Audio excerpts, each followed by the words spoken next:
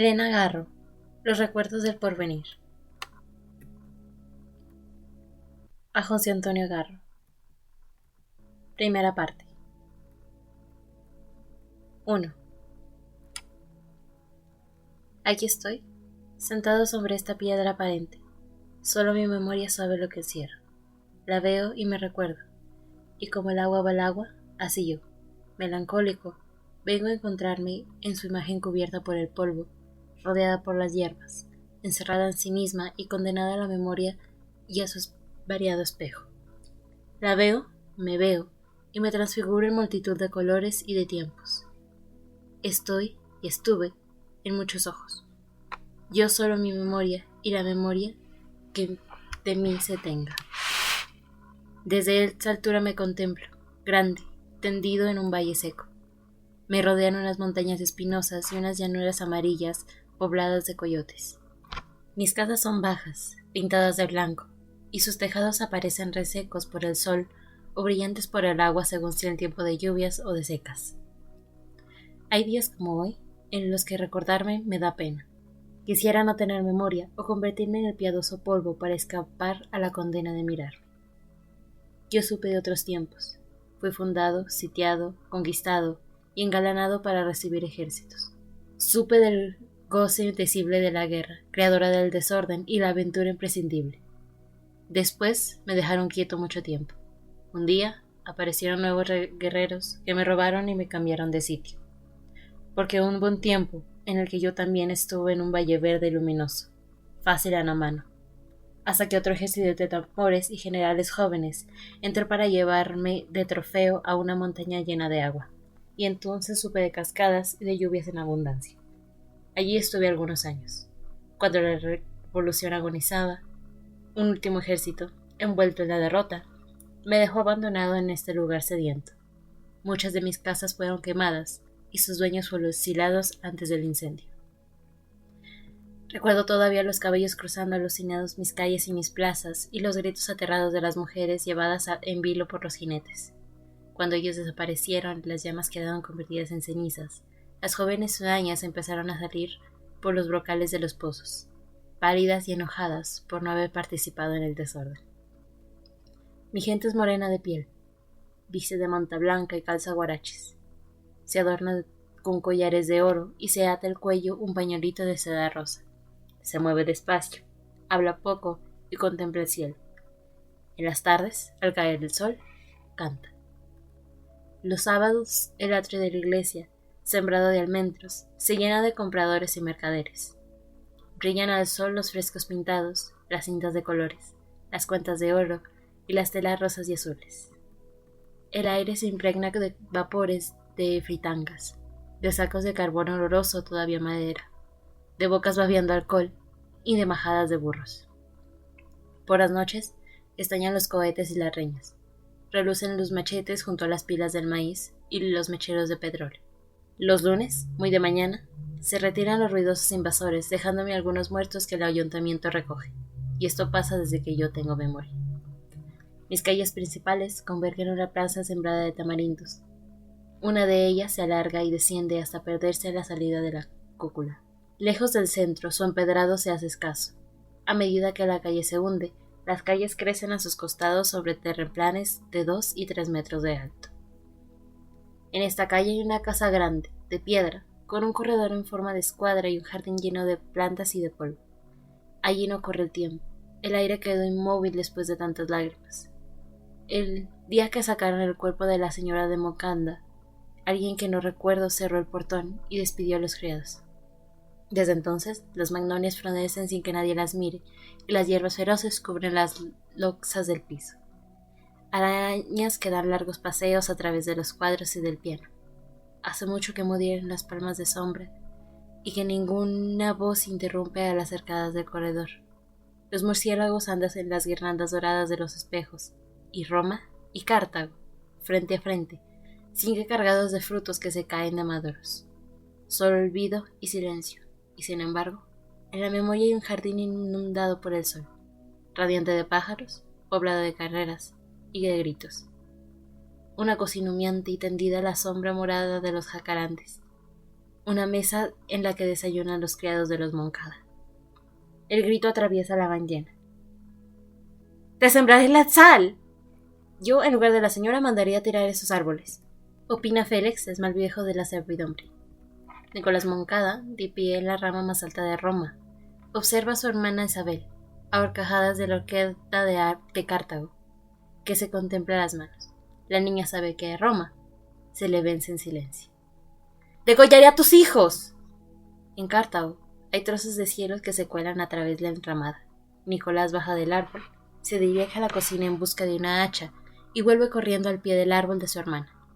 Isabel contempla la escena desde lo alto y se descuelga sin prisa de rama en rama hasta llegar al suelo. Luego mira con fijeza a Nicolás y éste, sin saber qué hacer, se queda con el arma en la mano. Juan, el más chico de los tres, rompe a llorar. ¡Nico, no la degolles! Isabel se aparta despacio, cruza el jardín y desaparece. —Mamá, ¿has visto a Isabel? Déjala, es muy mala. Desapareció. Tiene poderes. Está escondida, tonto. No, mamá, tiene poderes, repite Nicolás. Ya sé que todo esto es anterior al general Francisco Rosas y el hecho que me entristece ahora delante de esta piedra aparente. Y como la memoria que entoné todos los tiempos y su orden es imprevisible, ahora estoy frente a la geometría de las luces que inventó a esta ilusoria colina como una premonición de mi nacimiento. Un punto luminoso determina un valle. Este instante geométrico se une al momento en que esta piedra y la superposición de espacios que forman el mundo imaginario, la memoria me devuelve intactos aquellos días, y ahora Isabel está otra vez ahí, bailando con su hermano Nicolás, en el corredor iluminado por linternas anaranjadas, girando sobre sus tacones, con los rizos en desorden y una sonrisa escandilada en los labios. Un codo de jóvenes vestida de claro los rodea. Su madre la mira con reproche. Los criados están bebiendo alcohol en la cocina. No van a acabar bien, sentencian las gentes sentadas alrededor del brasero. ¡Isabel! ¿Por qué bailas? Pareces una loca.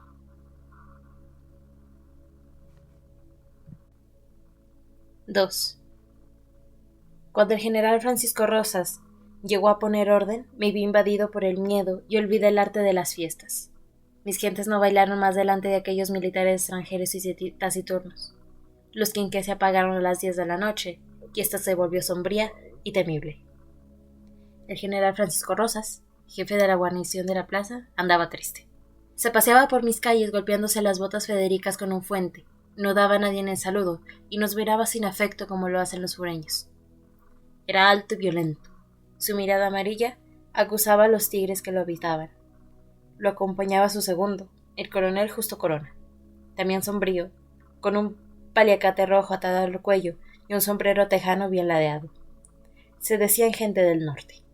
Cada uno llevaba 2 pistolas. Las de general tenían sus nombres con letritas de oro rodeadas por aquilillas y palomas, los ojos que le vieron y la consentida. Su presencia no nos era grata. Eran gobernistas que habían entrado por la fuerza y por la fuerza permanecían. Formaban parte del mismo ejército que se había olvidado de este lugar sin lluvias y sin esperanzas.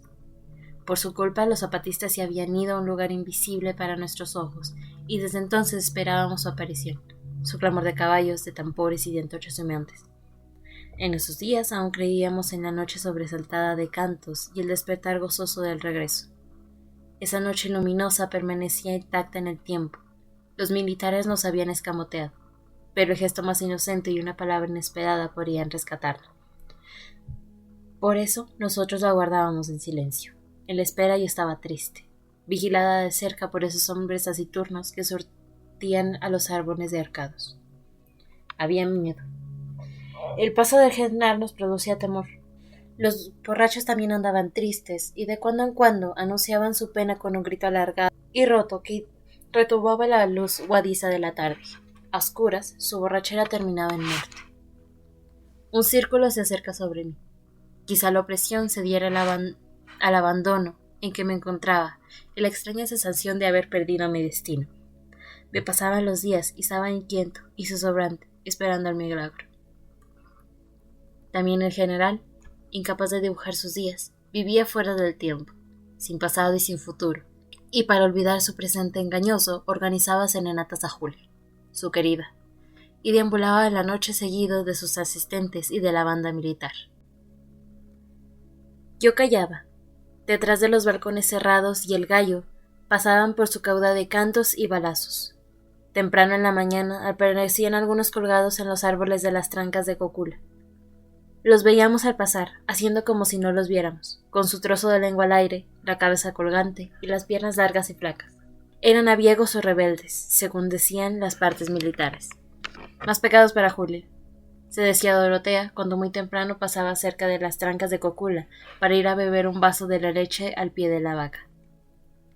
Dios los tenga en su santa gloria, agregaba mirando a los cercados, descalzos y vestidos de manta, que parecían indiferentes a la piedad de Dorotea.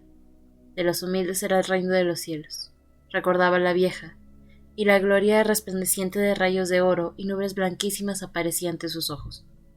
Bastaba extender la mano para tocar ese momento intacto, pero Dorotea se guardaba de hacer el ademán. Sabía que una fracción mínima de tiempo contenía el abismo enorme de sus pecados y la separaba del presente eterno. Los indios colgados obedecían a un orden perfecto y estaban ya dentro del tiempo que ella nunca alcanzaría. Están ahí por pobres. Vio sus palabras desprenderse de su lengua y llegar hasta los pies de los arcados sin tocarlos. Su muerte nunca sería como la de ellos. No todos los hombres alcanzan la perfección de morir. Hay muertos y hay cadáveres, y yo soy un cadáver. Se dijo con tristeza. El muerto era un yo descalzo, un acto puro que alcanza el orden de la gloria. El cadáver vive alimentado por las herencias, las usuras y las rentas.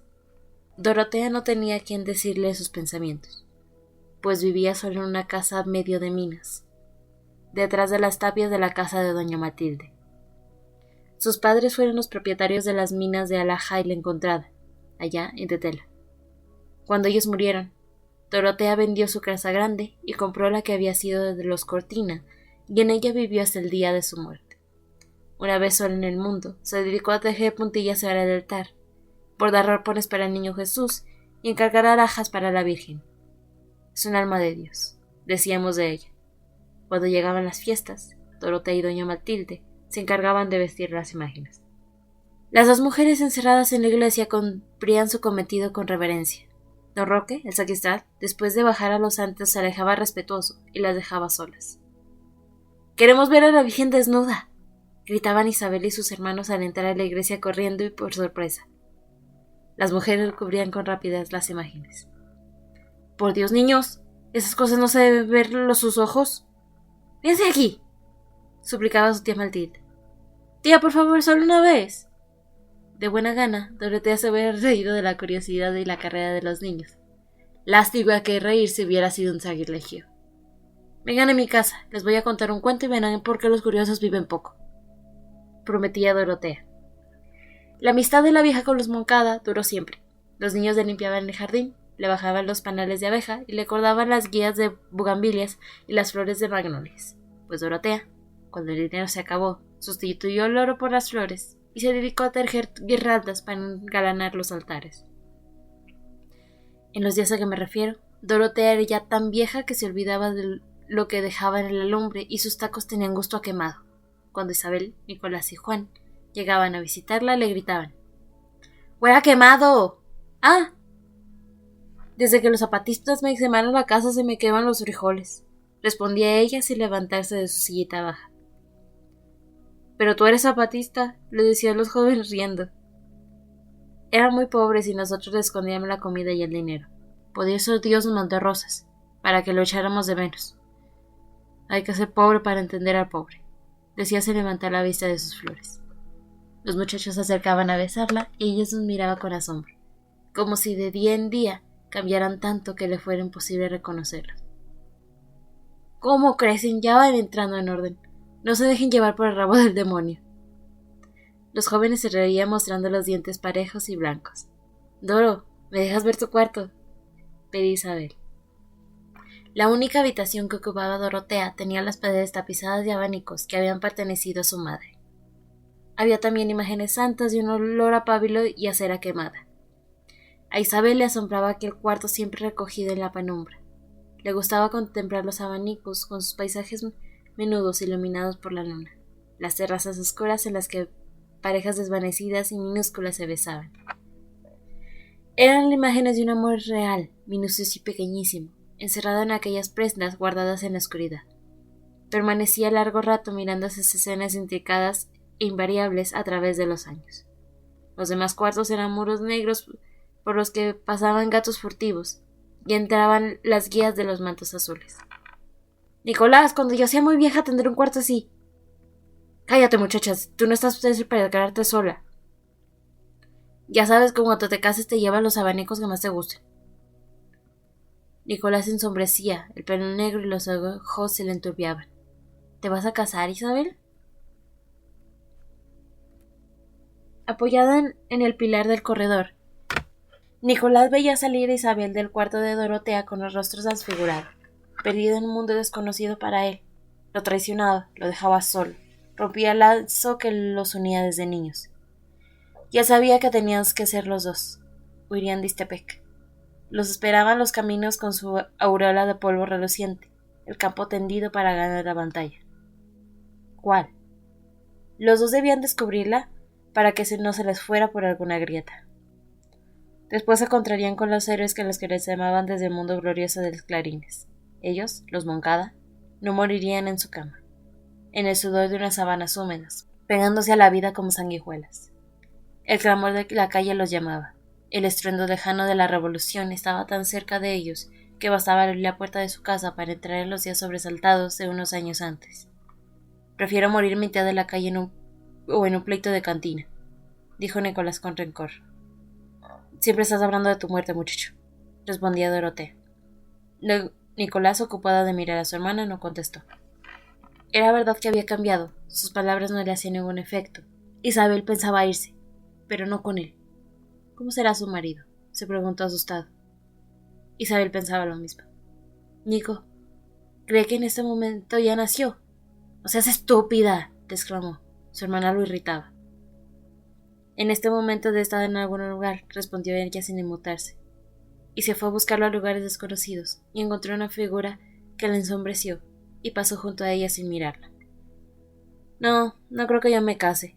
No se imaginen cosas que no existen, que no van a acabar bien, le recomendó la vieja cuando los jóvenes se disponían a irse.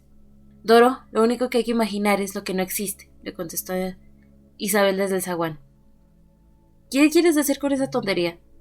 Que hay que imaginar a los ángeles, gritó la joven y besó a la vieja, que se quedó pensativa en su puerta, mirando cómo se alejaban, en la calle empedrada, los tres últimos amigos que le quedaban en el mundo. 3. No sé qué hacer con ustedes. Don Martín Moncada interrumpió su lectura y miró perplejo a sus hijos. Sus palabras cayeron en el despacho a esa hora apacible y se perdieron sin eco por los rincones. Los jóvenes, inclinados sobre el tablero de un juego de damas, no se movieron. Era ya tiempo que su padre repetía la misma frase. Los círculos de luz repartidos en la habitación continuaron intactos. De cuando en cuando, el ruido leve de una dama corriendo por el tablero abría y cerraba una puerta minúscula por la que huía vencida.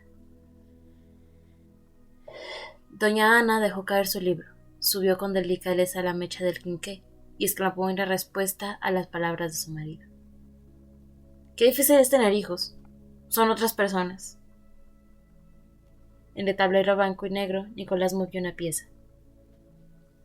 Isabel se inclinó a estudiar el juego, y Juan chasqueó la lengua varias veces para conjurar un pleito entre los dos mayores. El reloj martillaba los segundos desde su caja de caoba. «¿Cuánto ruido haces en la noche?», le dijo don Martín, mirándolo con severidad y amenazándola con el dedo índice.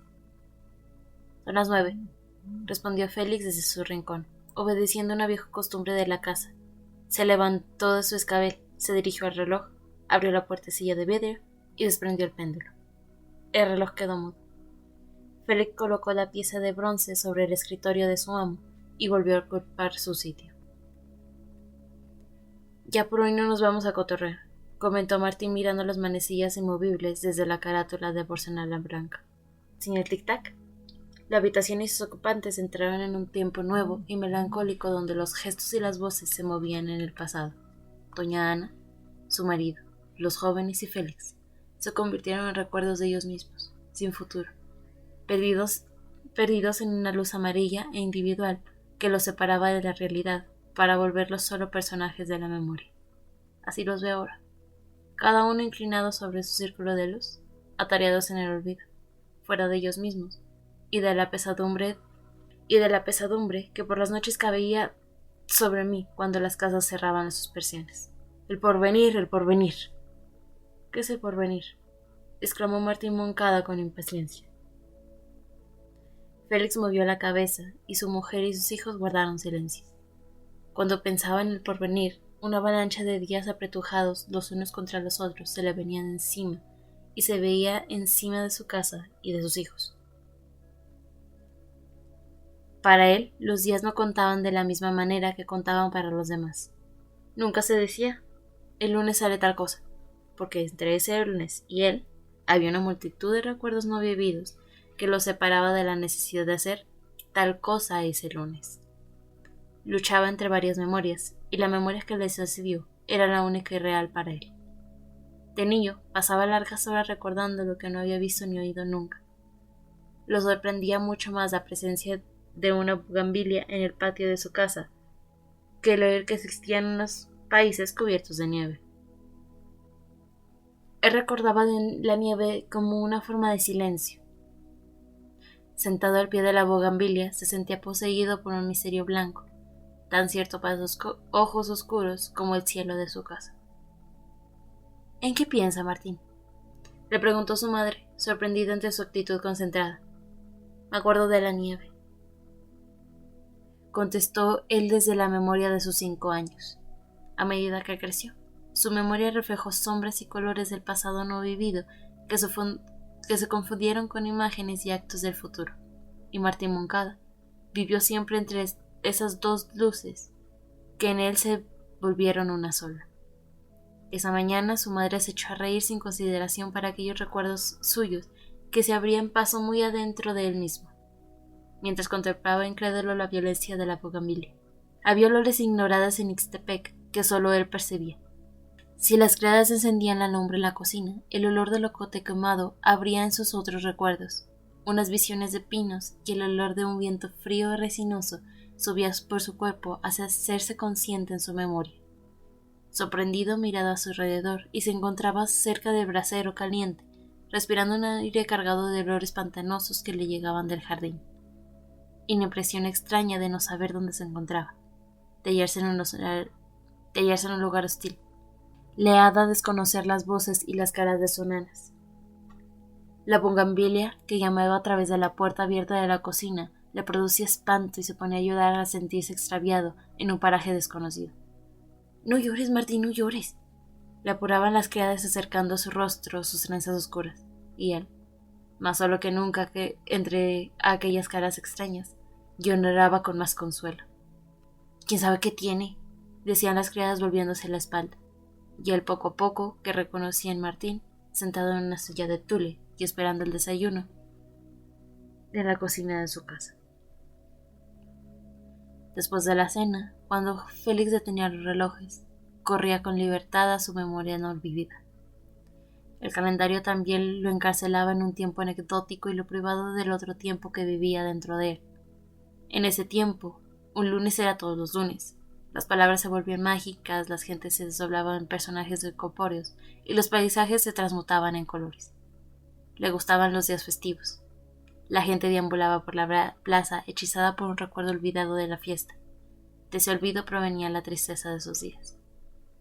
Algún día recordaremos, se decía con la seguridad de que el origen de la fiesta, como todos los gestos del hombre, existían intactos en el tiempo y que bastaba un esfuerzo, un querer ver, para leer en el tiempo la historia del tiempo. Hoy fui a ver al doctor Agrieta y le hablé de los muchachos, oyó decir a Félix. ¿Al doctor?, preguntó Martín Moncada. ¿Qué sería de él sin Félix? Félix era su memoria de todos los días. ¿Qué vamos a hacer hoy? ¿Y qué página me quedé anoche? ¿En qué fecha murió Justina? Félix recordaba todo lo que él olvidaba y contestaba sin equivocarse a sus preguntas. Era su segundo yo y la única persona ante la cual no se sentía extraña ni le resultaba extraña. Sus padres habían sido personajes enigmáticos. Le parecía increíble que hubieran muerto, sino que hubieran nacido en una fecha tan cercana a la fecha de su propio nacimiento, y sin embargo más remota en su memoria que el nacimiento de Ciro o de Cleopatra. Era asombroso que no hubieran estado siempre en el mundo. De pequeño, cuando le leyó la historia sagrada y lo enfrentaron a Moisés, a Isaac y al Mar Rojo, le pareció que solo sus padres eran comparables al misterio de los profetas. A esa sensación de antigüedad debió el respeto que había sentido por ellos. A muy pequeño, cuando su padre lo sentaba a sus rodillas, lo inquietaba oír los latidos de su corazón. Le recuerdan de una tristeza infinita, la memoria tenaz de la fragilidad del hombre. Un antes de que le hubieran contado la muerte, lo dejaba transitado de pena, sin habla. Y algo, no seas tontito, le pedían, y él no encontraba la palabra desconocida que dijera su profunda desdicha. La compasión abolió el tiempo remoto que eran sus padres, lo volvió cuidadoso con sus semejantes y le quitó la última posibilidad de eficacia. Por eso estaba arruinado. Sus diversos trabajos apenas le daban lo suficiente para vivir. Le expliqué el estado de nuestras cuentas y estuvo muy de acuerdo en emplear a los muchachos de sus minas, concluyó Félix. Los quiques parpadearon y soltaron un humo negro. Había que renovar ese petróleo. Los jóvenes guardaron el tablero de damas. No te preocupes, papá. Nosotros nos vamos a ir de Estepec, dijo Nicolás sonriente. Así sabrás si son tigres con dientes o sin dientes, pues corderos hay muy pocos, respondió Félix desde su rincón. A mí me gustaría que Isabel se casara, intervino la madre. No me voy a casar, contestó la hija. A Isabel le disgustaba que establecieran diferencias entre ella y sus hermanos. Le humillaba la idea de que el único futuro para las mujeres fuera el matrimonio. Hablar del matrimonio como una solución que dejaba reducida a una mercancía a la que había que dar salida a cualquier precio. Si la niña se va y ellos se quedan, esa casa no será la misma. Es mejor que se vayan los tres, como dijo el niño de Colás, aseguró Félix, pues a él le disgustaba la idea de que la niña Isabel se fuera con un desconocido. Todavía oiga las palabras de Félix girar entre los muros del salón, rondando unos oídos que ya no existen y repitiéndose en el tiempo solo para mí. No sé qué voy a hacer con ustedes, repitió Martín Moncada. Estamos cansados, aclaró Félix, y desapareció para volver al cabo de unos minutos con una bandeja en la que reposaban 6 vasos y una jarra de agua de tamarindo. Los jóvenes bebieron deprisa su refresco. A esa hora el calor bajaba un poco, y el perfume del huele de noche y de los jazmines inundaba de tibiezas la casa. Puede ser bueno para los muchachos, añadió Félix cuando recogió los vasos. Don Martín agradeció sus palabras con una mirada. Más tarde en su cama lo asaltó una duda. ¿Y si enviar a sus hijos a las minas significaba violentar su voluntad? Dios dirá, se repitió inquieto. No podía dormir. Había presencias extrañas en torno a su casa. Como si un maleficio lanzado contra él y su familia desde hacía muchos siglos hubiera empezado a tomar forma aquella noche. Quiso recordar el daño que rodeaba a sus hijos y solo consiguió el terror que lo invadía cada Viernes Santo. Intentó rezar y se encontró solo e impotente para conjurar las tinieblas que lo amenazaban.